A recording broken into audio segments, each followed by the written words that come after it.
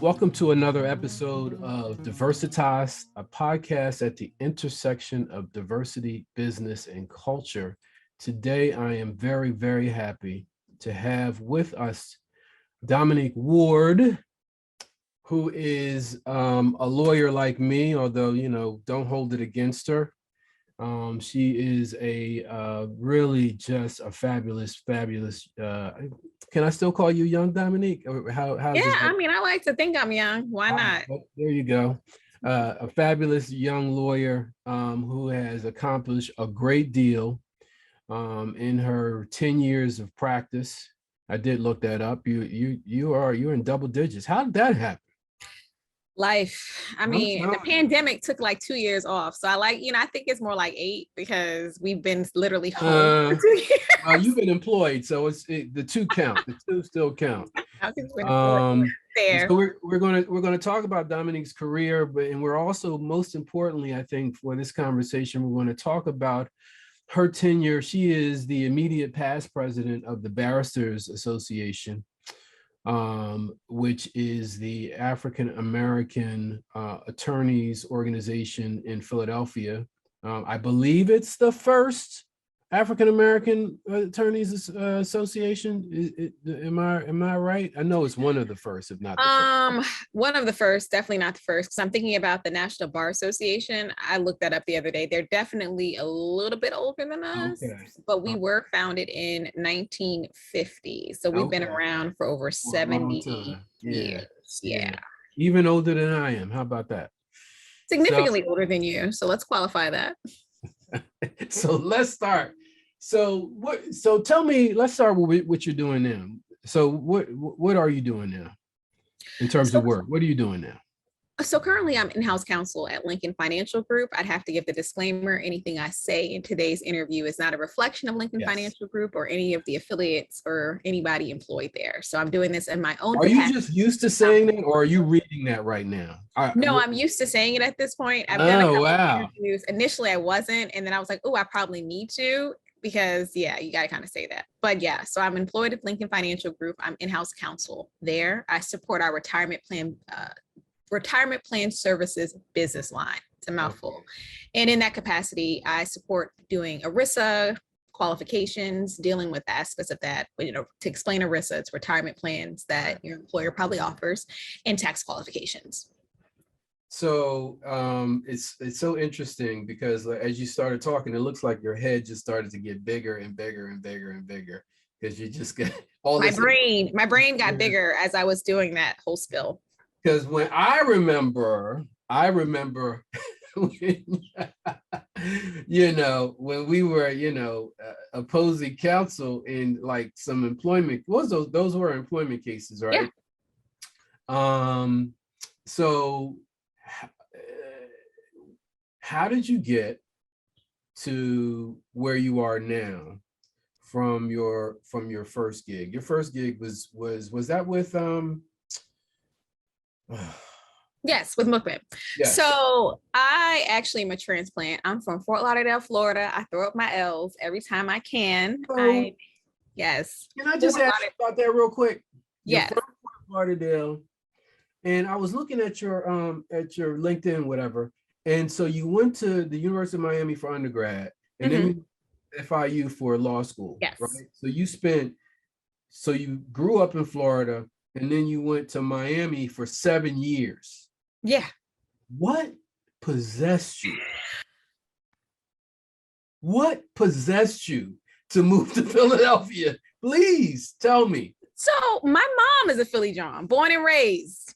She is from Philadelphia through and through. My grandmother, sadly, she died my last year of law school, September 7th, 2010. Wow. She passed. And so we had the house up here, which is where I currently reside. I reside in the house my mother grew up in. Wow. We have the house up here, but you guys had that fluke hurricane that did some real damage to the middle room in the house. So honestly, Florida bar notoriously is a headache to get admitted to. It's like basically FBI background check. It's ridiculous, for lack of a better word. Okay. Opinion.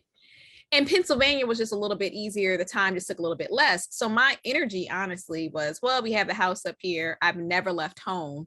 What I can do is go up here, pass PA, so at least I'm barred somewhere while I wait to be cleared by Florida, waving to DC because there's reciprocity. Like I had this whole grand plan. Right. And really what I wanted to do was come up to Philadelphia to work in either the PD's office or DA's office for a couple of years, just get some litigation experience. Because I'll tell you right now, the Philadelphia lawyer moniker is known throughout the entire United States. So to get some of that experience and then go back to Florida.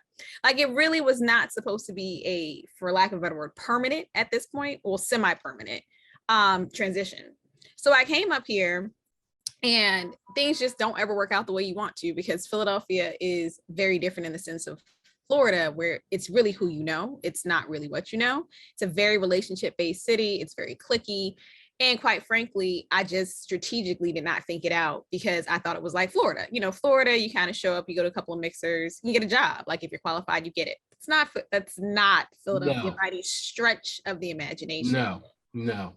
And so actually I had a mutual friend that knew Mookman. Mookman was looking for somebody, and that's how I wound up there. And that was supposed to be honestly temporary again. And then I was like, oh, well, I'm up here, can't hurt. Maybe I can transition somewhere else. And that just turned into a longer situation. How long were you with him? I think, what was it, like 3 years, 3.5 years, because I left there and then I went to the city. Right. And so it was just a matter of trying to get, it was just a matter of trying to transition into a governmental job, because honestly, that's where you're going to as a young attorney, giving y'all tips for life, putting you up on free game. If you don't land in a big firm space, the next best thing is to be in somebody's DA, PD, or city, like civil law department, because you're going to get that big world corporate experience. The pay is not going to be great, but you're getting the experience that's just going to honestly mold you as an attorney for the rest of your career. You're going to get that work ethic, that grit. So that's kind of how that happened. What did you do for the city? I did tax. So that was the thing. I have an international finance and marketing degree with a minor in accounting. I always wanted to work with numbers. It just didn't work out that way. And so when I was working with Mookman, we did the civil rights aspect, employment law. It's interesting to me. It's something that appeals to me. But tax and numbers are more my passion. So what I did is just honestly married the two. And that's how I wound up doing ERISA. I mean, we support employee benefit plans, retirement plans. That's people aspects. So you feel like you're helping somebody, but it's still the complex work that I like to do with numbers. So you did tax with the city for what, 3 years? I was with the city for 2.5, 3 years. And then I went to a small firm, and then I got poached out. And the small firm, I mean, I don't think we should skip. They also did employee benefits. Yep. Yeah. Like they are known for their employment benefits work, right? So that's where you really is that where you really got your feet wet with ERISA? No, I got to give credit to Temple Law. I went there, I got my LLM on tax, and I got my employee benefits certificate. That really set me on the traction or trajectory, rather, excuse me, to get to where I got, because it really gave me that, the foundational experience. Obviously it's not real work. Quite frankly, tax, ERISA, and all these kind of employment benefit works, or even estate planning, for lack of a better word, is really based on you doing OJT. You got to actually work through the process. Like you can appreciate the concepts in a vacuum, but until you actually apply it, it's not really there. But I have to give credit to Temple Law for providing, for me getting my LLM in tax there, as well as getting that certificate. It gave me a real good, real world view of the entire universe of the work. How long did it take you to get your LLM? Did I do it in 2.5 years? I might have done it in 2.5 years. That's one of my big regrets. I was in an LLM program. I know we talked about this previously. I think I told you about that. Yeah. And then, between work and my daughter was born, and that was pretty much it. I couldn't do it anymore. But that is one of my biggest professional regrets. Now, I am not really a numbers person, so I don't know whether, I definitely would not have been like an ERISA lawyer. But it was interesting to me. So, but you're a business person, so it would have given you the knowledge base that I agree with that for understanding the sophisticated aspects of the tax code, which quite frankly, Black people don't always have the exposure to. It's interesting that you say that, because throughout my career, I always really wanted to be a business lawyer. Like, and I took a really, really super roundabout, like my journey has been like, I mean, I've done pretty much every kind of law except for criminal, that you can practice in tax, obviously. But in any event, I always knew I wanted to do business law, so that's why I got into that program, because I wanted to kind of accelerate that, and I thought it would help me. But it wasn't to be. It wasn't to be. So you're now in-house. You're doing this ERISA stuff. I can't imagine that there are many folks that look like you doing this work. No, there aren't. Regrettably so, there aren't a lot of Black attorneys in financial services, period. There definitely aren't that many doing employee benefits work. Another place we're lacking exposure and access is SEC work. So again, it's working in these very atypical spaces where they're predominantly white and there are very few Black people in them. That's to just put it lightly. That's the situation of that. So no, they're not. Yeah. I mean, it's interesting because it is, I know, I mean, every to me, we all have our challenges as African-American lawyers, whatever environment we want to find ourselves in, or we choose to be in. But between big law and in-house, to me, there's really a cultural component to it that you have to learn, that you have to acclimate yourself to, that will enable you, I think, to be as successful as you want to be, right? Is that your experience? That's accurate. You have to understand the bureaucracy of it. And that's why I was saying that as a young attorney, if you don't end up in a big law space, I'm not saying small firms are not a good place to work. I would never say that. But I will say, if you want to get an understanding of, skill set, but also learning to navigate those minefields, being in a larger shop like DA's office, because we all know how that goes, PD's office, or even the law department for that matter, are good ways to really just understand and actually see it for itself, because it happens in both governmental and private sector. I think oftentimes government kind of gets a pass and they're just as white vertically as a corporate space. I mean, that's real. So let's talk about what your volunteer experience, and I'm really interested in talking about your experience as the immediate past president of the Barristers Association. When did you, tell our audience, I mean, we kind of gave a brief introduction, but tell our audience what the Barristers is. Sure. So the Barristers Association is an association of Black attorneys. We're here to service our Black community of attorneys in the greater Philadelphia region, as well as our stakeholders. So we're community-based, we're community-driven. A lot of our work kind of goes hand in hand with being mindful of that aspect. Sorry, you are hearing the beautiful sounds of New York City in the background. That's okay. So Barristers was founded in 1950, and since then we have been involved in very pivotal moments in the advancement of the Black attorney in Philadelphia, but we still have work to do. I mean, ultimately, we do an excellent job of supporting each other, supporting our community. We do a turkey drive. We support students who failed the bar. We've got scholarships each year.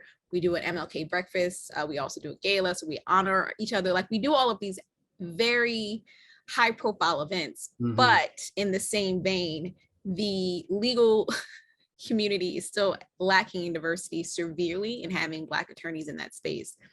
So, I mean, I think for the going forward, it's really trying to work on that pipeline, which is the same thing we've been toting for the last however many 20 years. And I think every Black organization of attorneys has been toting that. But quite frankly, there's financial restrictions. There's also just job sustainability as far as Black attorneys staying retained there. So those are the things that we're talking about, and those things that we have been talking about. But ultimately, it's a good organization. I did my year. I've been on the board since 2017 or 16. And I climbed the ranks and I put in the time, but I'm happy. I enjoyed my time there in the service, and I do love the organization. What can the organization do in your mind that it maybe is not doing now to So let's back up, because you said something about pipeline. I want to kind of interrogate that a little bit. Go ahead. So when you talk about developing a pipeline, what do you mean by that? So, I mean, I think it's a bit of a misnomer, right? So we're talking about trying to create spaces where Black attorneys have vertical mobility, right? So it's being able to retain, so it's being able to identify talent, get the talent through law school, retain the talent once they get there, and assist them to elevate up. That's the pipeline. If we're having an honest conversation about what it looks like. So I think we're able to do a good job of, once you get in there, assisting you to vertically go up. But the problem is those two steps before, right? It's actually getting Black attorneys in the pipeline and getting them through law school. And then it's also, once they get there, actually having retention. What you'll find when you look at some of the numbers is that a lot of Black attorneys, you have Black attorneys that go to law school every year. We have some of the highest numbers in the last maybe 10 years. Right. But when you look at the baseline statistical number, when it comes to actually entering the profession and staying, we're still having mass exodus. So then that speaks to what the work environment looks like for the Black attorney. That hasn't been fixed. That has not, and honestly, I don't know, that's what we can do to fix it, right? Like, you're in these firms, you're in these spaces, there's something going on there.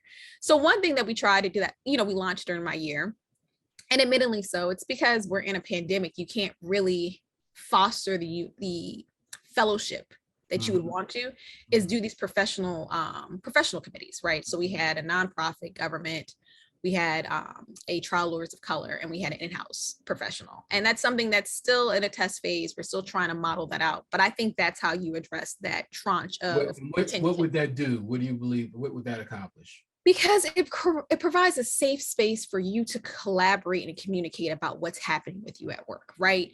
So I know that I joined the law department underneath Sozi Tulante. He was actually the city solicitor at the time. Right. One of his big pushes when he came into the city solicitor's office, and he saw how monolithic it was, not in a way that actually reflects the city, but monolithic in the sense that there were so many white attorneys there, is that he had to bring Black attorneys in, right?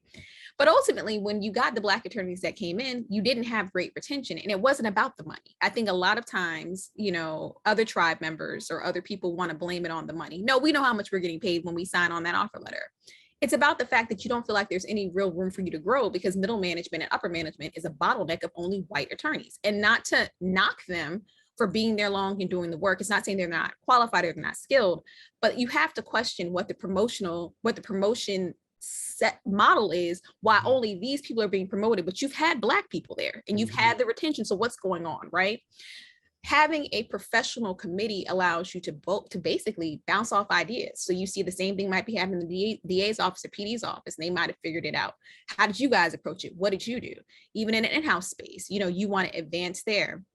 And you're like, well, what did you do? How did you get around this difficult client? How did you get around this difficult review? You got this in your performance review. What did you say? It just provides a safe space to collaborate, which I'm telling you right now, our white counterparts are doing.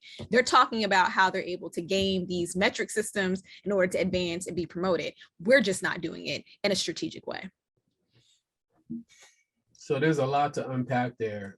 First of all, it's interesting that you say, and I've never thought about I actually have never thought about kind of public law departments being like law firms or being. Oh, yes. In terms of that. And so it's interesting because when, law firms, as they are about making money, right? And so the people who ultimately are successful in law firms are people who, generally speaking, can make money for the firm, right? Can move the needle in terms of the firm's bottom line. And my experience was that in large firms, of which I worked for several, that it's kind of like a tribal system, right? And so you have the rainmakers who are the head of their respective tribes, right? And then what they do is, they have a client pipeline, they have money coming in, they have to service these clients. And so they're looking around to get what they believe to be the best attorneys, the best associate attorneys or junior partners to be able to service their work. And so you have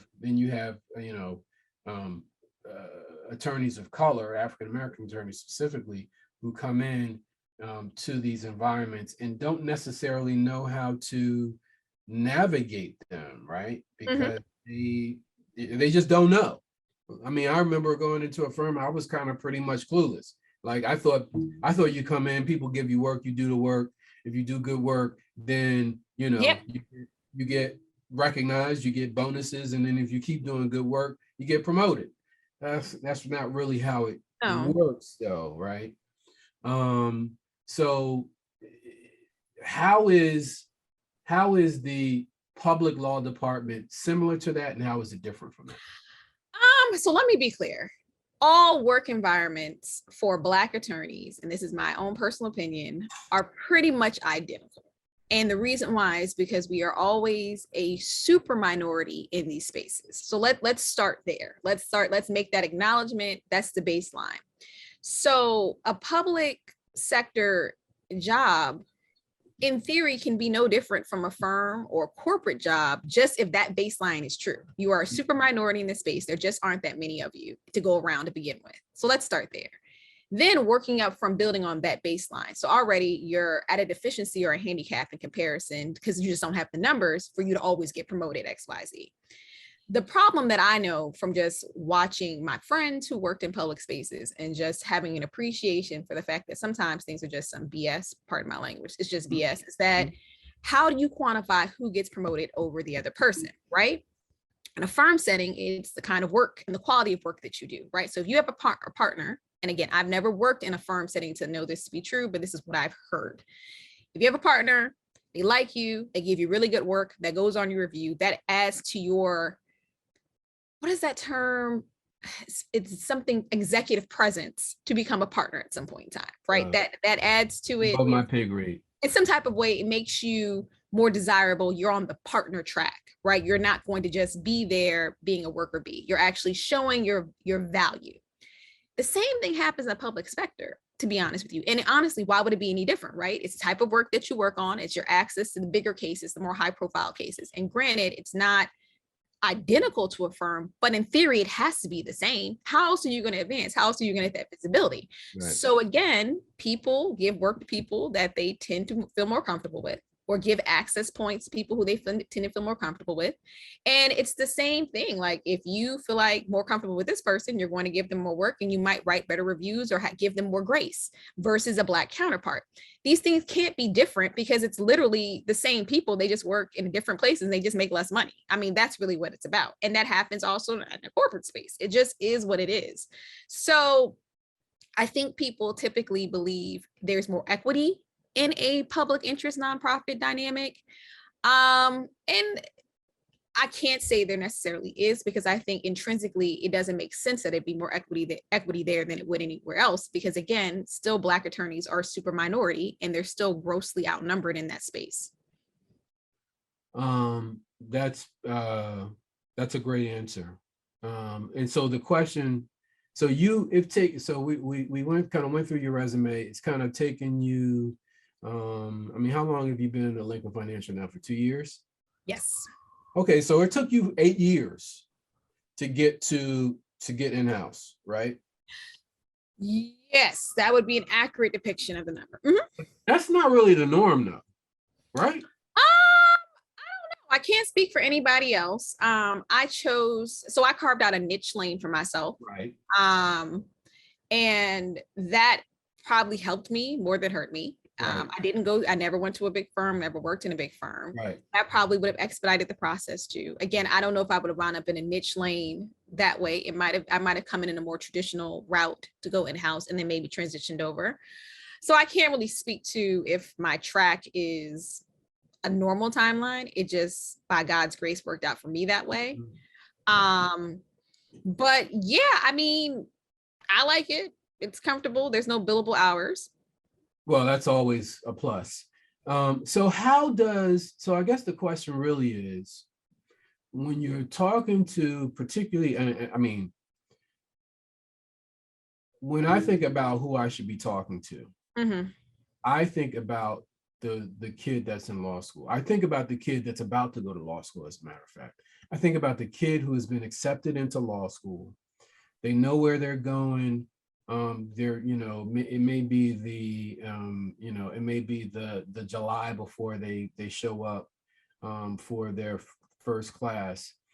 And really, to me, it's at that point where somebody like me or somebody like you should be pulling them aside and saying, hey, what do you want to do? What are you thinking about doing? What's interest to you? And then kind of helping them to develop a roadmap. I mean, understanding that as you talked about at the beginning of our conversation, that life happens to you, and so then you make adjustments, but really talking about a roadmap that's going to get this person who's about to get into law school from where they are now to where they actually want to be, right? So that's a bit of a misnomer to ask that question to somebody going in, right? Typical Black student going to law school in July only knows about a few areas of law to practice. Correct. That's the problem, right? But like, why are you going to law school? Like, why are you going to law school? Yeah. So you ask that question, they tell you, oh, I want to help people. I want to do this. I want to do that. I'm like, but there's so many other areas of law. And then what are the main ones we hear? We hear civil rights attorney. We hear criminal justice. And another thing, we never hear personal injury, like, because people think that's only ambulance chases. I'm like, listen, personal injury, if you're a true litigator, that might be really your calling. It's personal injury more than it's criminal law. But I'm gonna let y'all be great and sit on that for a second. Right. And we'll talk about how the trial lawyers don't really mess with us too much either. Oh, so we can talk about that too. That's a whole conversation in itself. Oh, yes. But lack of exposure regarding that. And what else is there? What is it? Basically criminal family law, which is, again, I'm not knocking family by any stretch of the imagination. But again, if you're really looking at it, people are only talking about moments where they or their family member has had a touch point with the actual justice system, right? With the court system. That's it. Their perspective is very limited to their personal experiences. Right. And I think that's where the conversation, if we're having it, has to shift, right? So it's like, so what was your undergrad degree in? I like to ask that question. What did you go to undergrad for? What did you want to be, and it's like, well, political science. Okay, but what did you do for fun in undergrad? Start trying to have an exploratory conversation with them about things that interest them outside of what they just said to you. Because remember that what they're saying to you as a lawyer is informed really, but just by their touch points with the justice system. Like, they don't know about anything else. You know how many times I've met people that say, I was like, you can do aerospace. Like, you could be an attorney that literally just supports aero stuff, like going out into space. There's people that do that. There's people that do real estate, like real life real estate, like oil. Like, there's people that do environmental work. But here's the thing, Dominique. Even when they start law school, they're still, in terms of what they're exposed to, it's still fairly limited, right? Because what happens is you get into law school, you start your classes or whatever. And I don't know whether it's the ether, I don't know, somebody tells you, hey, you need to start thinking about, being, summer associate, right? You got to think about summer associate jobs. Okay. All right. Okay. I got it. So, this first semester is super important. So you need to do as well as you can so you can qualify for one of these jobs as a first summer associate. And so then a lot of people start really just focusing on and being, what's the word I'm looking for? Really just in a unhealthy way, just focusing on this whole notion of, I got to get into a big firm. I got to get into a big firm. I got to get into a big firm.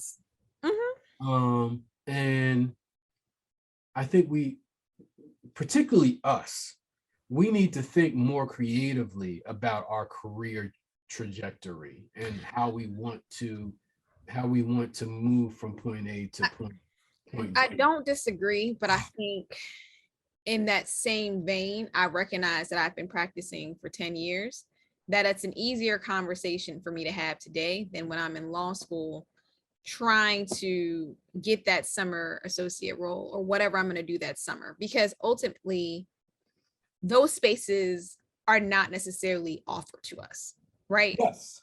So Right. even if you get that summer job, right, that summer role, for some reason you may be pigeonholed to do only a certain type of law, whereas the other 20 people in your class, who are probably all white, Yes. are going to get exposure to do all these different things. Yes. So I think, yes, I think we should be talking to them about exploring other aspects of law. And I think it requires us being more intentional about helping them do that extra work on the side, right? Yes. Because yeah, you all do need to be focused on your grades. You do need to be focused on trying to get that summer clerkship or internship. You need to be focused on that, Right. that situation, because that does set you up financially. I mean, and that gives you some money on that end. But I think we could probably do better as people who are now out and removed, saying, hey, but you know what? Maybe you should do an informational interview with this person.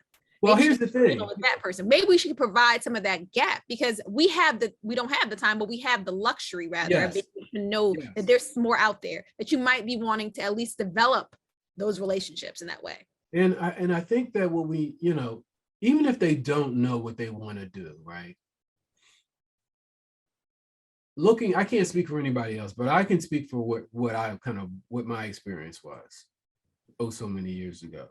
And it was in terms of kind of moving towards a career, I was very passive in terms of how I did it. And I was passive in the sense that, okay, I got my summer associate job and I kind of just rode that until I got my offer. And then I went into the law firm, right? But number one, I didn't know whether that was something I was really interested in. It was a job. Okay, I got a job. Okay, let me, and I guess what I'm saying in terms of people who are just starting out, I have learned a lot. I have learned a lot at looking at people who are not lawyers in terms of how they go about their getting to where they want to get to in terms of their career, right? So, for example, a lot of kids who are in college or just graduated from college and they have a sense of what they want to do, what they'll do is they will do an unpaid internship, for example, right? They'll say, this is the area I want to be in. I need to get this experience. I need to get this on my resume. Let me get this unpaid internship because, you mean I don't got to pay you? You're going to do work for me? Okay, that's a bet. We don't do that enough. Now, you're going to say, yeah, because we need money and we need to pay our bills. I think that it's a level of ego. So there's that part. We're not talking about that. That's the veil that me and you understand, but your viewers don't know that. Yes. Listen, I, as somebody who's immediate past president of barristers, I ride for barristers. We've had the reputation for being cliquish. And quite frankly, Black attorneys in general outside of barristers have the reputation, at least in Philadelphia, I can't speak for other places I haven't practiced, of being cliquish and being all of these other not positive terminology. And so it's this keeping up with the Joneses narrative that also plays a role. And that even happens when you've been practicing. I completely agree. So we can't ignore that part of it, right? It's like, yeah, listen, you maxed out on your student loans. Let's keep it 100. Like you don't really need the money. You don't. Like it'd be nice. Yes, right. You could do an unpaid. You're gonna be all right. Work for free. Correct. You could. Yes. But when you roll up to a mixer at your school, your law school mixer, barristers event, something like that. Now, granted, you might talk to head embarrassers. Somebody might, that's actually strategic. But you're not really going to be talking to us because you're like, oh, I'm intimidated. They don't really get it. They're not in law school with me. So you're going to be talking to your peers because peer pressure is very real in law school. And that's what drives a lot of what people do in law school. Yes. It's peer pressure. It is the most peer pressure driven space I've ever been in my entire life. I completely agree with that. I completely agree with that. So that dictates how a lot of people make their decisions about where they summer, what they're wearing, where they're going, what they're doing, where their job, like all of this plays such a huge role. And that's what the practice of law is too, because it happens even in the practice. We have all of this wisdom, right? We have all of this wisdom, right?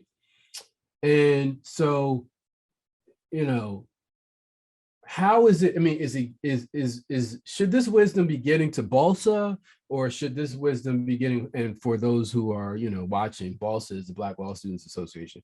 Should it be getting to Balsa? Should it be getting to, like, how do we? Because you hit the nail on the head, and I was trying to say that certainly less artfully than you did, which is to say that the culture of law school, to me, sets us back in terms of who we could be as Black lawyers, right?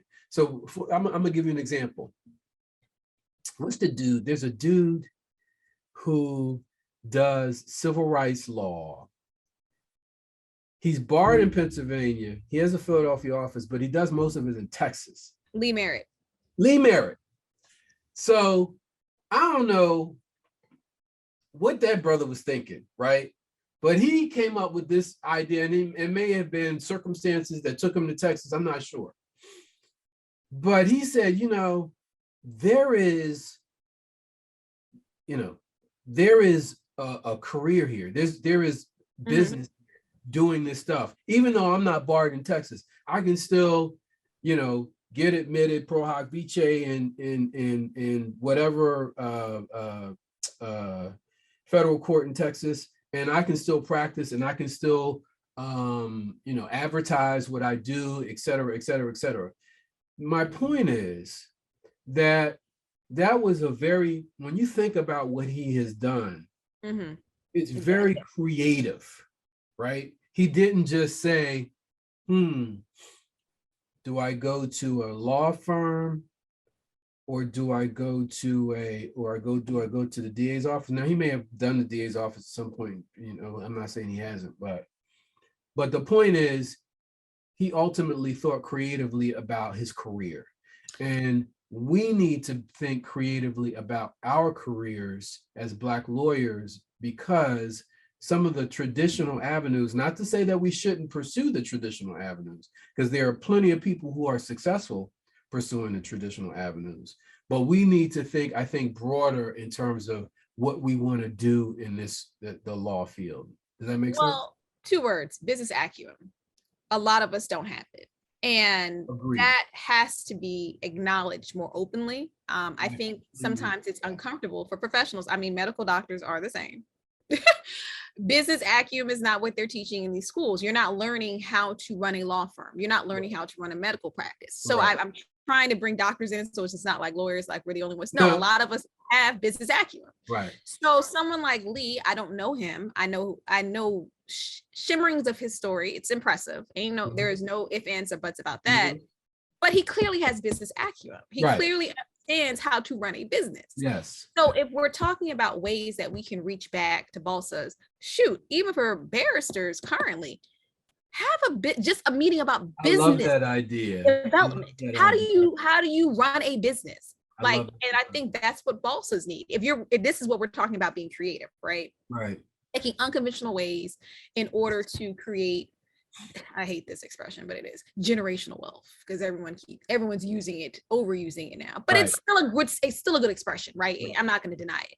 Right. If you're trying to get to that point where Black people are thinking about, how do I practice law, not in the next year, but the next 20 years? Correct. It's about understanding having business acumen and understanding how you can leverage your law degree. Because at the end of the day, sorry to break in on you, you are creating a bit. When you are thinking about your career, you necessarily need to be, it is a business plan that you're thinking about, right? Well, you are your product. Correct. But you have a business mind, Mike. And I think you see that's your privilege right there. You are not acknowledging the fact that you've run a successful law firm. Yeah, well, that speaks volumes about who you are. That means you have a predisposition to having a business acumen, understanding and appreciating that. Most people are not, their minds have never been acclimated to appreciate what being an entrepreneur or business owner is. And so that's why, honestly, when you're working in these spaces, You have to know how people make money. How do you make money? How do you make money? That's the only reason why you're here. Yes. Nobody's asking that question. Yes. Nobody's appreciating that. Yes. How do you make money? Yes. How am I generating some type of income for you? Yes. And until you understand that part, a lot of these conversations to me are going to be circular, and we're going to keep having them. So if we're talking about what's an action item we can leave this podcast with today, is that, we need to then have maybe a business, small business, somebody come in and talk to us just about basic, how to develop a business. Well, how should you be approaching your professional career? But that goes into the branding part. Again, that's a whole nother podcast of how do you brand yourself and how do you treat yourself like a product. You're asking people to completely change their thought process and what we've been trained to think of who we are as an employee. So I will do this. I have no, and by the way, just, for our audience, I think you do know this. It's not like I've never been in the barristers before. I was an officer of the barristers, all that kind of stuff, but I have no relationship with the barristers at this point. So I'm going to lean on you, and I'm going to say I will volunteer to do that because I think that is important. Okay. Right. But I need somebody. I'm gonna text Adara and ask her. Do you I have need somebody else to help set it up, though. I have a meeting idea for you. I'm not going out. Yeah, I'm not setting it up. So who is going to be our guest, and what's the plan? We can do this. I'm going to give the class. I think that. But you want us to organize it? Correct. Okay. Yes. I'm telling her right now. This text message is happening right now. Yes. Hi, Adara. I have another meeting idea.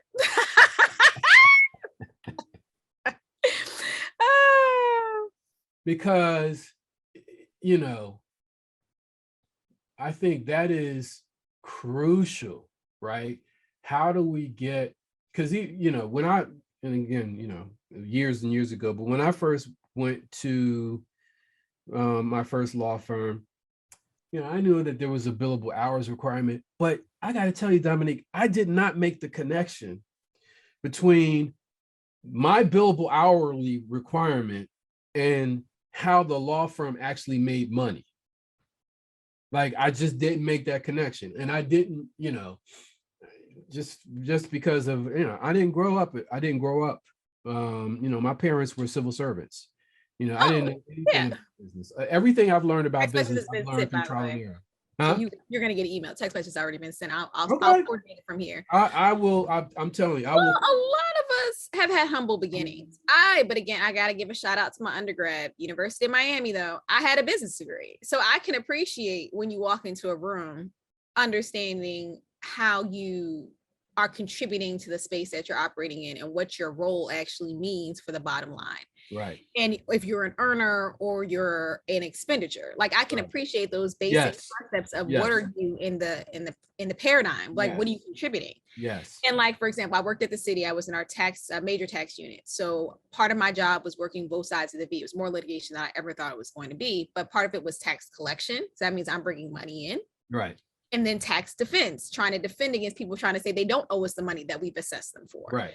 So like, that's how you contribute to the bottom line. My client was the Department of Revenue. So just appreciating all of these cogs, for lack of a better term, in the machine of how this all works.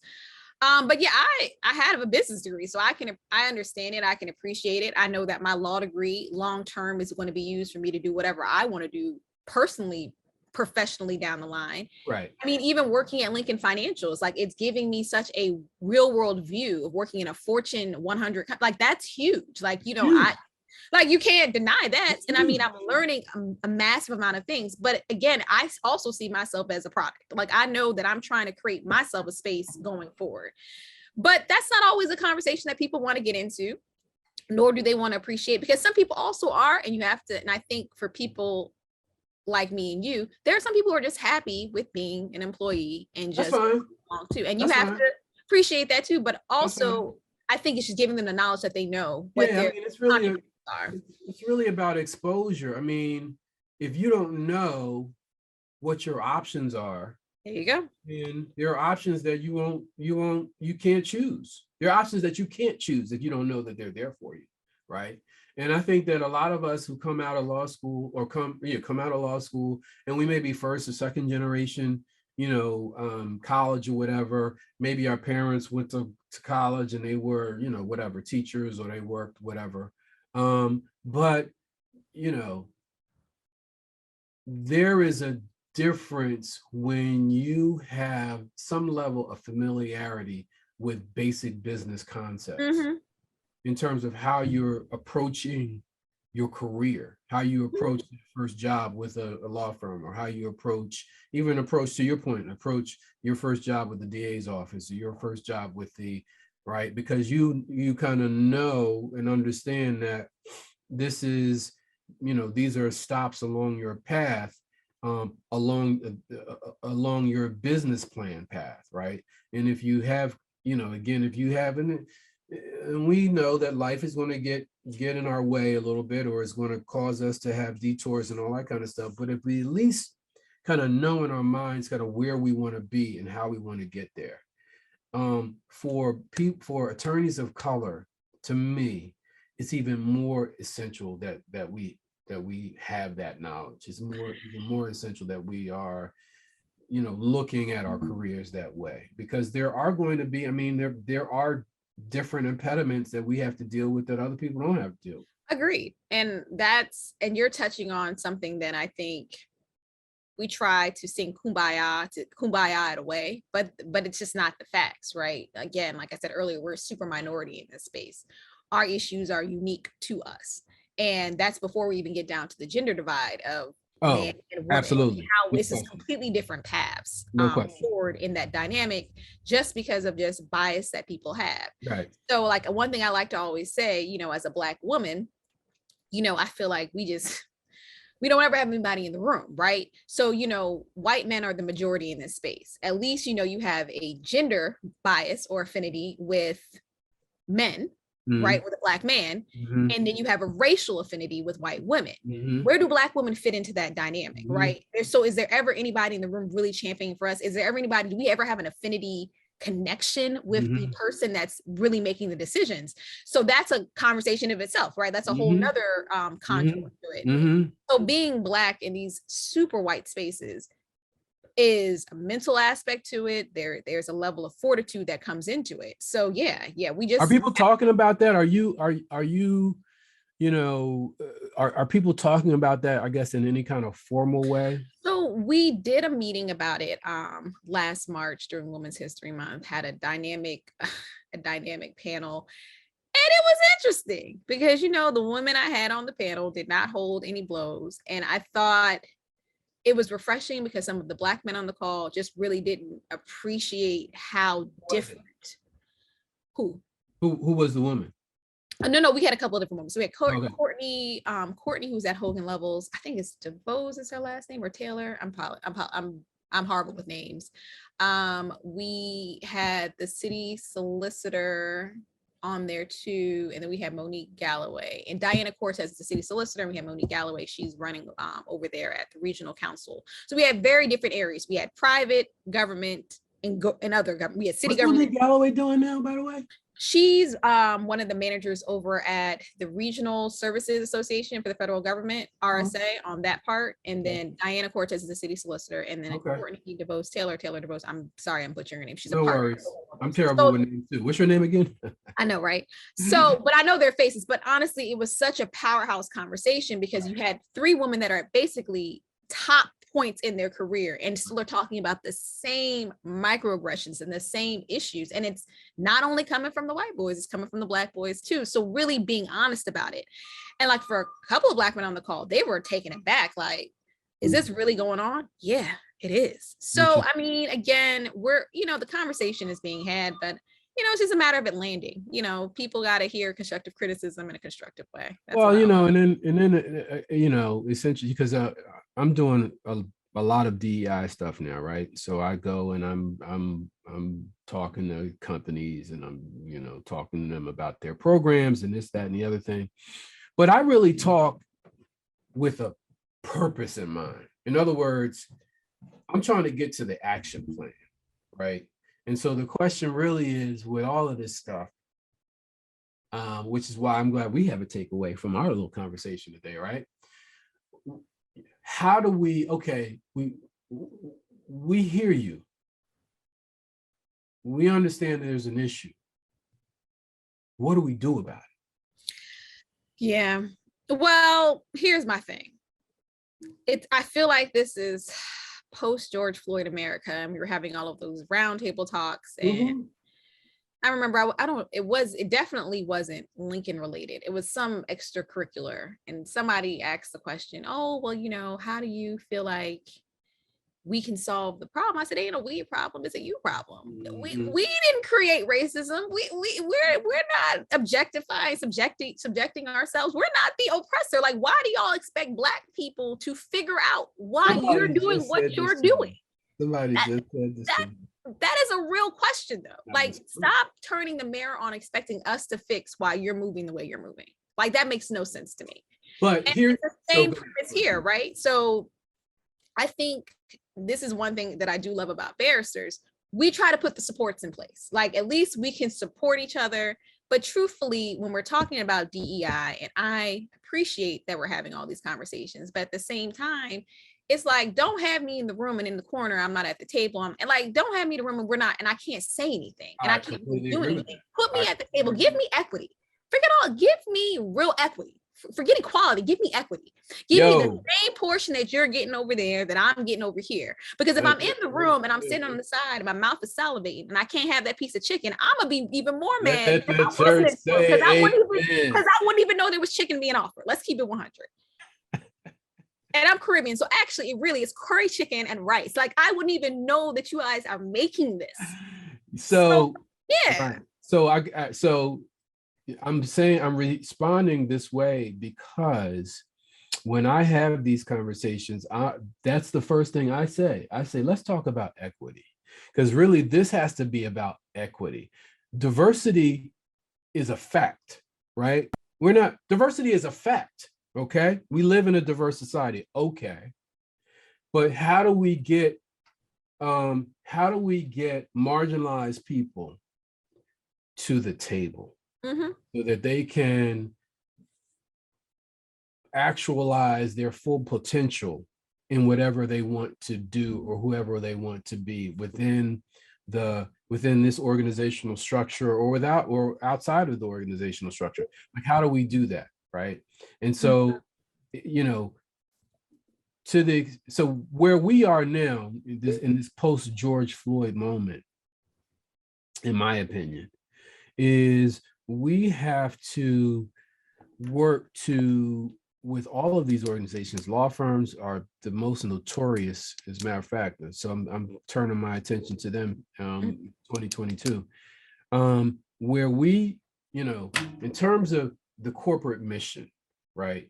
This needs to be a part of the corporate mission. We need to understand that creating equity within an organization ultimately is going to help the organization. So what do we have to put into place to make the best, to create the best process, to create the best procedure, to create all of those things that we necessarily need to put in place so that it goes beyond just this particular whim of a moment, right?